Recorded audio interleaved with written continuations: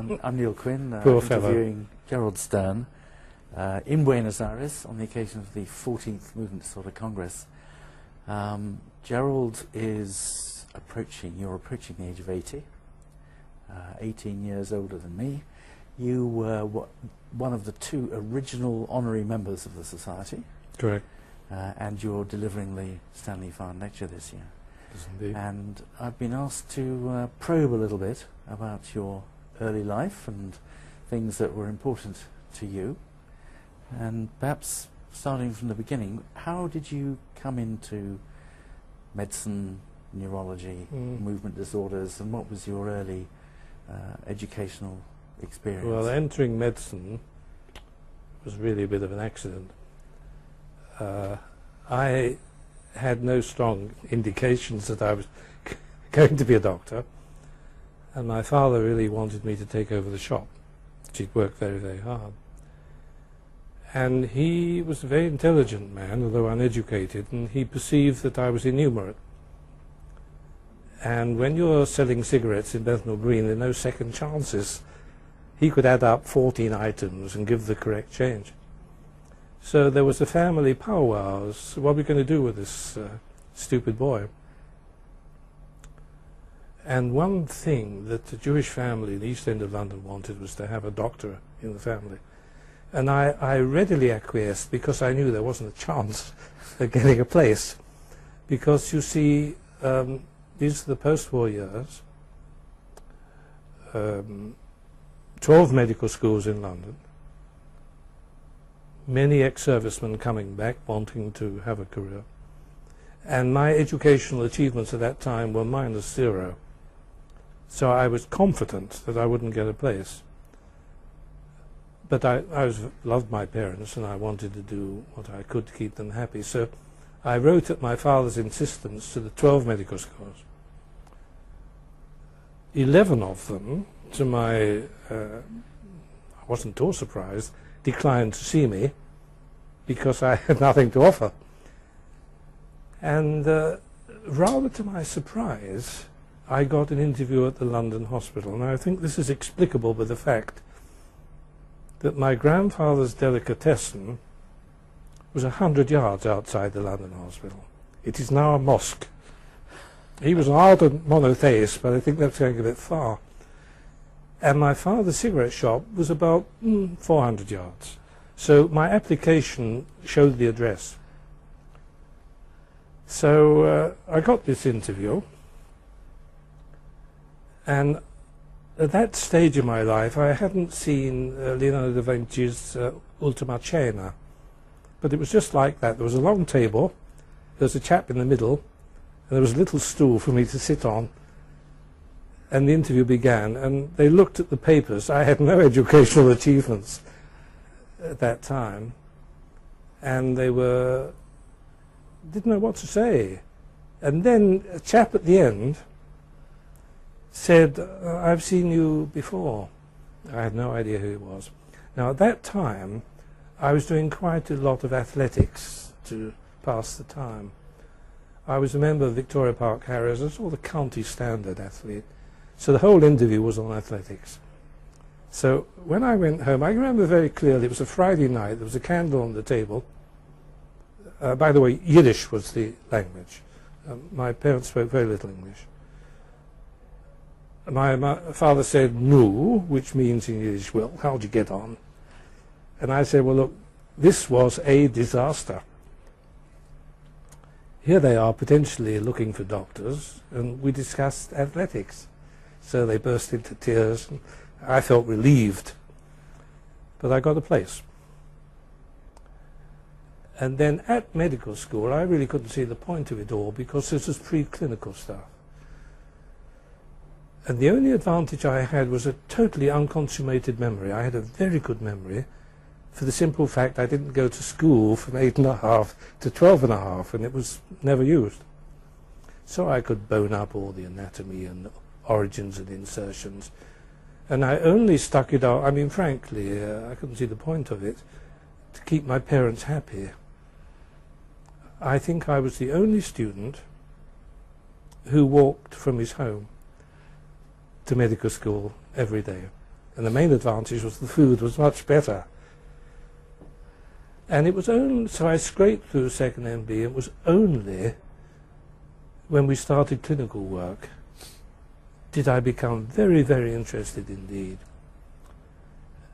And the thing that, right from the start, that interested me most of all was clinical neurology, because the tradition at the London was very strong indeed. I mean, Henry Head and so forth. But we had Russell Brain, we had Dorothy Russell, professor of neuropathology, and her lineage, I don't know if you know it, was really from Virchow. Virchow from Recklinghausen, Turnbull and she. So it was wonderful ethos. And another thing, point, because I'm such a historical antique, all those teachers had made their reputation, some of them internationally, without any salary, without any pension. They had to make bread, butter and jam from private practice. And yet they were assiduous consultants, and it was wonderful history. Post-war years, everyone was glad to be alive. You see. So my teachers were superb clinicians. And I went through the course. And I realized, I mean, if you really want to know, I had to change my tactics. Because a third of the intake of 65 were ex-servicemen, very bright people, grown up with responsibilities. A third were children of doctors, public school boys, very nice people. And the third were oddbods, missionaries, few coloured people. And I was the only local boy. And as I was getting interested in neurology, I realized that I had to have something under my belt, some academic distinction, which was zilch. The only thing I was any good at were languages, European languages, French and German. So I decided there was, if I recall correctly, there were 5 undergraduate prizes. And I thought if I could get a few of those under my belt, I stood a chance. So I played hooky. So I got the surgical prize. I went to the Hammersmith and boned up there. I got the pediatric prize, and I went to Great Ormond Street. No one noticed that you were not there. And so when I'd finished, you know, I got something under my belt. And then I got Russell Brain's job. He was a wonderful man. I mean, I'd like to spend the rest of the time excelling his virtues. Highly intelligent. Poet, philosopher, writer, Quaker. Extremely tolerant. This is a point that doesn't come out. You hear about his austerity and his omniscience. And the best example I can give you of his tolerance is that the registrar was the first Indian ever to set foot in the London hospital, Noshir Wadia. Yes. Why? Because he was the best available. And the further example of his extreme tolerance was he had me as his house physician. And we all got on very well because Noshir, you know, you learn so much from your registrar. He taught me very well. And then I had a series of jobs which puzzled people. Why? Where did my, as you say, for instance, piston, who's pushing me? And I have a theory, which I will propound to you. Under my tutelage, Sir Horace Evans became Lord Evans. Sir Russell Brain became Lord Brain. And while I was working for him, Dr. John Ellis became Sir John Ellis. So you can imagine the gossip in the consultant's room. Oh, this fellow, Stone, I mean, honours keep falling off the lorry. Let's keep him round, let's stick him there. And I think that is the most persuasive evidence for my series of jobs that I had. I worked for Dorothy Russell, and I was registrar and so forth. So then I managed to get my membership fairly quickly, and then I went into the services, which was a very great opportunity. I was the last national serviceman to enter the Navy, RMVR. And I won't tell you the story. I had a marvellous time. I was at sea most of the time. I saw the whole of the Mediterranean littoral as North Atlantic, Caribbean. And I represented the country at Suez, I may say. I would show you my medal if you have the time, but my contribution was minor in that I was there on day 2, and an unfortunate paratrooper had landed the previous day, bent down, and got a piece of shrapnel in his backside. And I had the honor of removing that piece of shrapnel. That was my total war contribution. But what it did, it gave me an opportunity to learn Italian.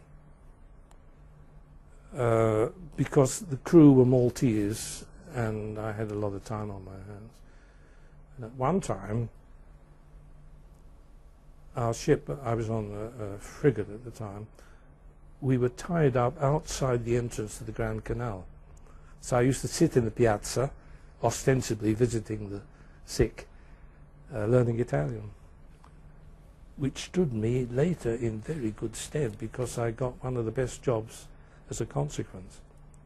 I won't tell you about that just now. So then I came out of the Navy, and I realized, you know, neurology was very difficult to get into. You had to, national, you had to have double-barreled name at least to get in on the house.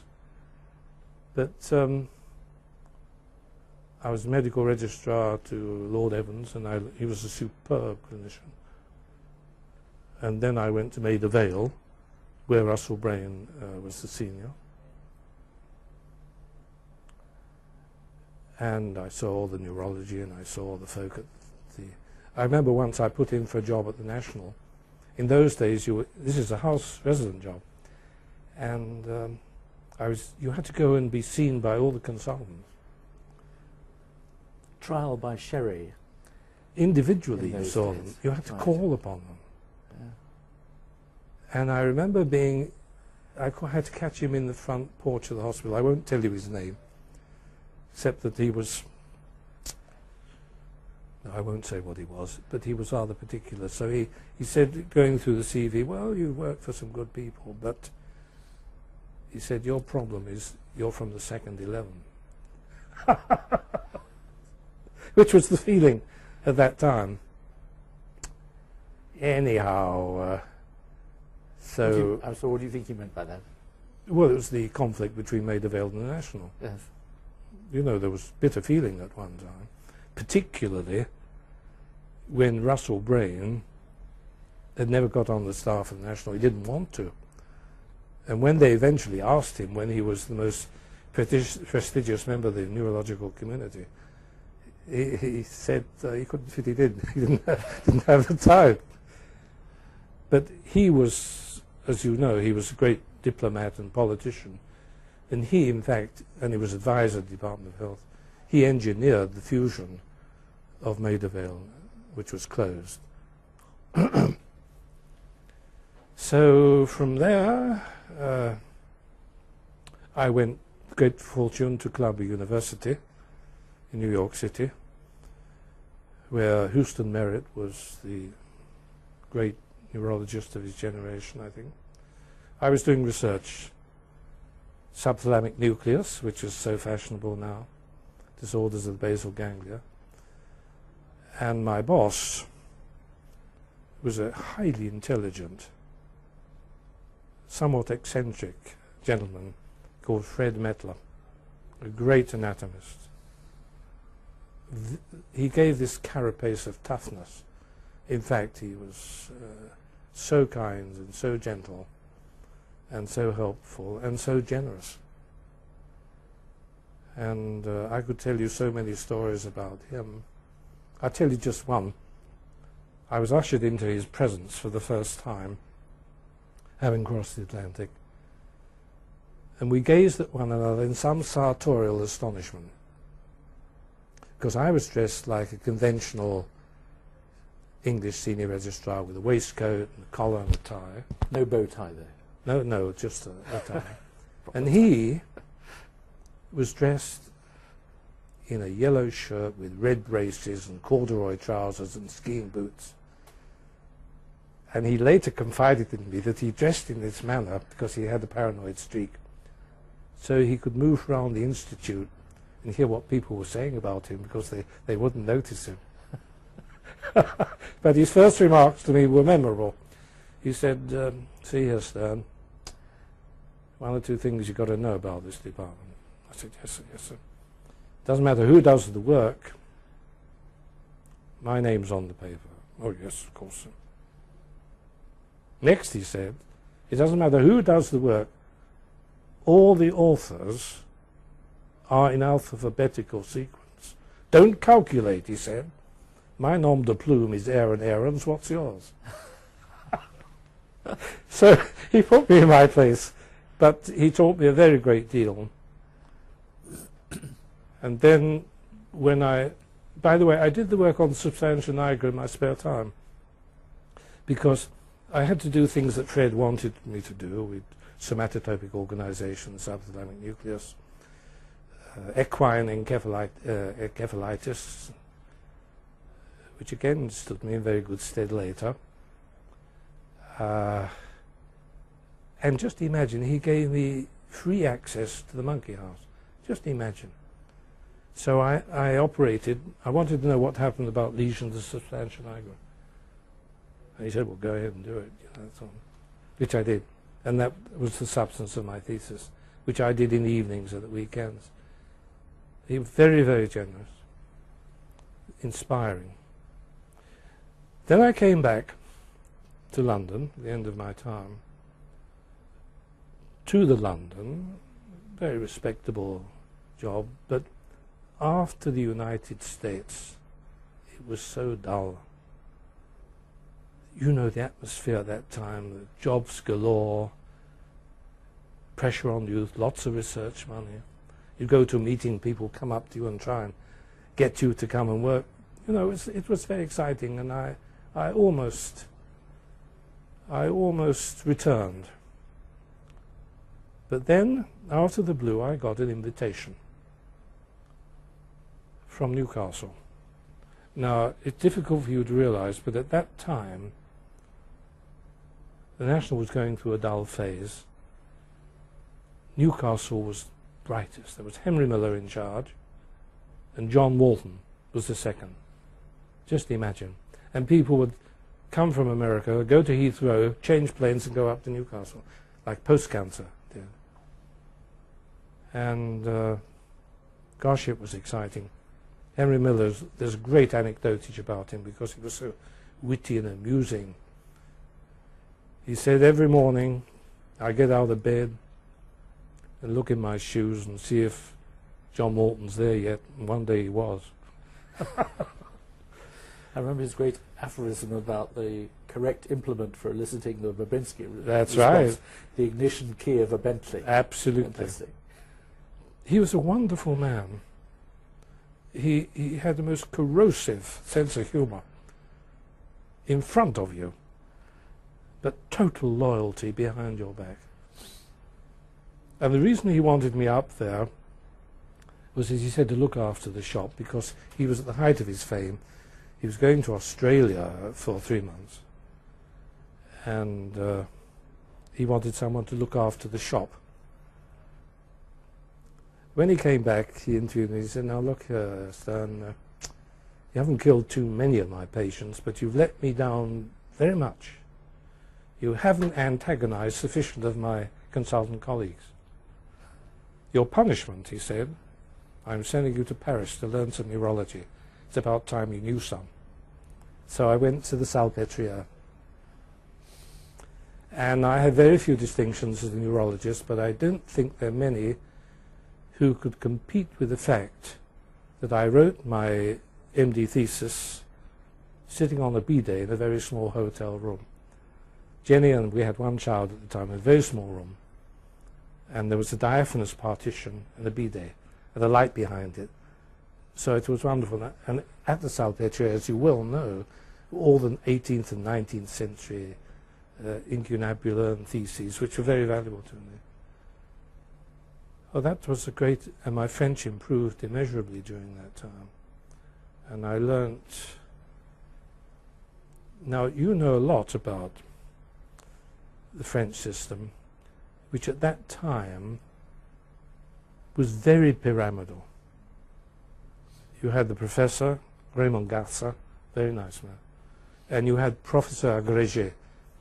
That is, they'd pass their exams, auto da fe, fire, very difficult, but they couldn't get a chair unless the professor granted it. So they were really supplicants. And a strange thing happened. I was an externe, you know full well. Nobody at the back of the queue. And the section of neurology, the Royal Society of Medicine, had a réunion with the French Neurological Society. And I put in a paper, and to my surprise, it was accepted. Now, you can't imagine the effect on the French community, because they were all senior French neurologists, there were senior British neurologists, and this irk from the back. I think it was my title. It was Parkinson équin, Parkinson's disease in horses. And I think it took their fancy, particularly as part of the social activities was to take them to the races, you see. So those that lost had Parkinson's disease. And the meeting was in Paris or in English? In Paris. In Paris. And you gave it in French or in English? In French. So I was pretty good at that time. And the effect on the people at the Salpêtrière was unimaginable. Because when I turned up the following day, instead of being at the back, I was pushed to the front. And Garça asked me questions. And after that first session, one of the Professor Agrégé, I won't tell you his name, came up to me and he looked long and hard, very puzzled. At last he couldn't contain himself. He said, "Monsieur Stel, qui est votre piston? Who's pushing you?" And I said, "Oh, Lord Brain." So I rose in that hierarchy, and I got my thesis, and then while I was there, a very interesting thing happened. I was due to go back to Newcastle, you see, and I heard through the grapevine a very improbable piece of news, that Graham Wakefield, who was a consultant at UCH and at the National, was resigning. He was going to Bath, where his family was, and his wife was general practitioner. So I heard that 4 sessions had fallen vacant. Now, I'm a Cockney, and I'm a Londoner, and I didn't get an interview at UCH, you see. So I wrote to Henry Miller one of those long, tortuous letters that only a stupid, immature young man can write. I mean, I wanted to know whether I should apply the points in favour, the points against. I was very happy at Newcastle. I could see a career there. But, all this sort of stuff. Agony. By return of post, I got a postcard from Henry. On one side was the bridge over the Tyne, and on the other side, written in his beautiful handwriting, all it said was, "Dear Gerald, if you don't, I will, yours Henry." So he was pushing me. He was very, very good to me. I could spend the rest of the interview telling you what an attractive, intelligent, gifted man he was. Anyhow, then I came with 4 sessions to St Pancras Hospital, which was a workhouse. And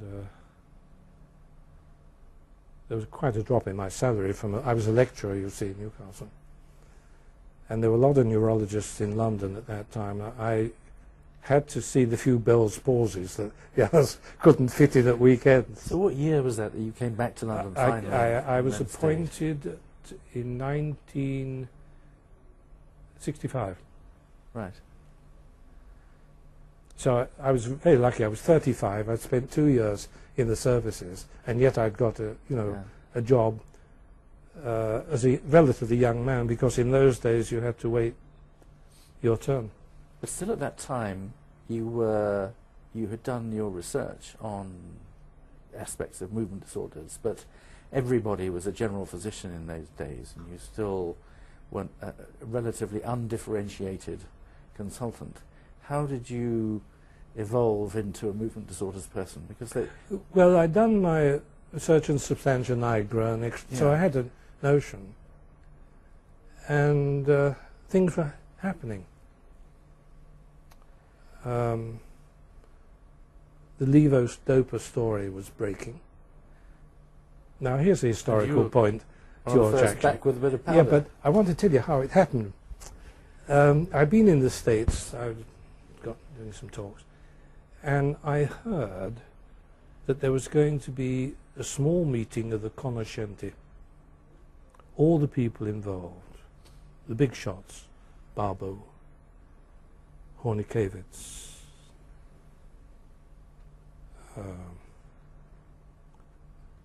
4 or 5 other very big names. Anyhow, and it was being held in a skiing resort just north of Montreal. So I had my ear to the ground at that time, and I knew it was very exciting. So I made my way from London uninvited in the winter, and I hadn't calculated for the weather. And I arrived at Val David, very beautiful skiing resort, looking like a snowman, cold, miserable, wet. And the door was flung open by a big man holding a large glass of brandy. It was André Barbeau. I didn't know what he looked like. And he looked at me, he said, "Who are you?" I said, "I'm a nobody. I heard about this meeting. I thought I might be able to get in." And he said, because I thought he was going to throw me out, you see. He said, "You need this brandy more than I do. Come in." So there I sat with these, there were a dozen of people. I've written this up, by the way, in an article which will appear in our journal very soon. It's called Why Catechol, because it arose in my mind at this meeting. So that's how I was able to hear what was going on and come back to London, procure supplies. We were the first group, of course. But I think there's another story. Forgive me, I'm in my anecdotage, you realize that. But I had the most extraordinary good fortune. There I was at St Pancras with 4 sessions and 4 beds. I had a lot of ideas what to do, but the question was, where was the money coming from? Now, when you take over a consultant's job, as you know, you take over their patients. And there was one lady with very mild tremulous Parkinson's disease. And she was exceptionally pleasant. This was a health service patient, not a private patient. And you always admire people who have qualities that you don't possess yourself. That is, she was most appreciative, very polite, very considerate. And I got to know her quite well. She was sort of Victorian child. She came from a very large family. And the youngest daughter could not get married. She had to look after the father. And she always came wearing the same institutional floral apron. And I liked her so much, I used to bring her we just chatted about things. There was only belladonna alkaloids at the time. But she was very nice. And after just 2.5 years, something like that, she didn't keep her appointment, and the family doctor rang me up. And he said, "I know you liked her and you got on very well. You'll be sorry to hear that she died in her sleep." She was in her 70s. So I was very sorry. Some months later, I had a letter from a solicitor telling me I'd been mentioned in the will of the late Miss X. I thought, well, oh, very charming.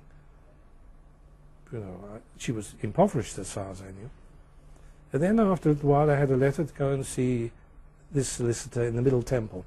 It was just like a Charles Dickens set up, dusty volumes. lorgnette, you know. And he said, yes, you have been mentioned in the will. You're not the top, of course. There's the home for aged ladies, the home for insecure dogs and cats. You're about third of all. I said, well, it's exceptionally nice for her to remember me. Thank you very much. As I left, I suppose, I was thinking she might have left me a £5 or 10 quid. He said, well, we haven't quite worked it out, but it's about 600. I said, £600? No, he said. £600,000. I said, look, you got the wrong fellow. No, he said, she was quite specific. It's to you, personally. So I went home, I told Jenny, I'm retiring. You know, I can't see the point in working. And she, being much more sensible than me, said, if you accept this money, you'll regret it and you'll be ashamed of yourself. So what I did is I invested it, and I ran my research department on that basis. My first research fellow, Donald Kahn, who didn't do too badly, and the second was a young fellow called Andrew Lees, who didn't do too badly. So I could hire and fire, and the secret of any success that one has in neurology is quite clear. I say this to all my students, is one, surround yourself with young people who are much cleverer, much more able, much more hard-working, much more gifted than oneself, and help them in any way you can. And secondly, be nice to old ladies. Because you won't believe this is perfectly true. It happened again from another health service patient. It wasn't quite so much, but it's a very substantial amount of money. So I had, I mean, she was a failed actress, a very charming woman. And she had a whole series of terrible neurological things. And each time we pulled her through, she said, you'll regret this. And I didn't know what she said. She had a very good sense of humour. And she left me a personal benefaction. So these two gave me a very substantial petty cash, which was invested, of course. So I became independent. I got capable people, you know, very capable people. So that's why I give those two pieces of advice. I'll tell you a story of mine, just Please. to compete with that. As I had as an academic, as you know, I was only allowed to do half a day of private clinic, and the money all went to the research fund per week. And so my private waiting list was longer than my NHS one because of that. And I started getting these messages from somebody saying, would you see this man, you know, urgently, he's got Parkinson's. And I said, well, actually, you know, my waiting list is 6 weeks. And he came back and said, I have to tell you, he's one of the richest men in Europe, and he's already donated 10 million euros to medical research. So I thought, okay, I'll make an exception. So I saw this chap, and he had never started L-DOPA. He had no autonomic problems. He only had premature ejaculation. And somebody had done some scan on him and told him he had MSA, and he was catastrophized. He came to see me, and I examined him and reassured him. I said, there's no evidence that you've got MSA. And I was thinking, will I ask him about the possibility of a donation for research? I said, you can't possibly do this the first time you meet a patient. So I said, next time, 6 months when he comes for follow-up. 6 months went by, 9 months, a year. And then about 18 months later, he came back to see me, and I said, oh, how are you? How have you been keeping? He said, oh, it's been a catastrophe. The accountants were all crooked. The whole company's gone completely bust. And I have no money. And I said, well, you know, when I first saw you, I was thinking about asking you about a donation for research, but I thought, you can't ask somebody on the first occasion. And he said, if only you had, if only you had. So, unfortunately, it's never it didn't come off that time. No. And it's never arisen since, but it's a lesson to... No, wealthy people don't usually give you money. It's impecunious, strangely enough. In terms of movement disorders, how have you seen the whole specialty develop? Because it wasn't a subspecialty originally. And you were in the World Federation extrapyramidal group, long before MDS was founded. What's been your perspective over the years with the way movement disorders has evolved as a specialty? Well, I think it's the MDS is wondrous, what it has achieved. I won't tell you the story now, you'll be relieved to know, but I was present at the birth of the MDS, and to see it grow from a little infant into this very influential giant, and the good work that it does, is a spectacular result. No, I think it has been a very great success, and you know that yourself. And you've chosen finally, for your title, for your talk, The Fox, the Hedgehog, the MDS and the world's best known neurologist.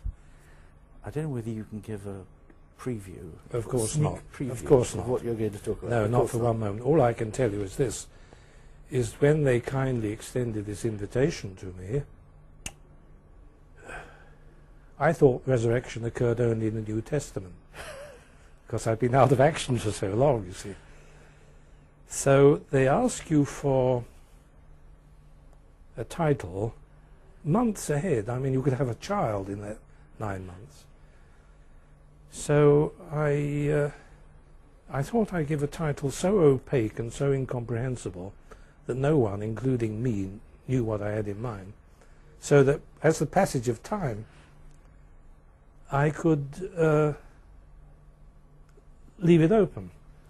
And I must here give credit to Christopher Gertz, who read the title and this opaque, incomprehensible abstract. And wonderfully, he made a summary of it. And he sent it to me, is this suitable for publication? I said, not only is it suitable, it's brilliant, because you're the only person who knows what I'm going to talk about. It's certainly not me. The rest you'll have to wait for. I look forward to that. Gerald, thank you very much. Great pleasure. Talking to you.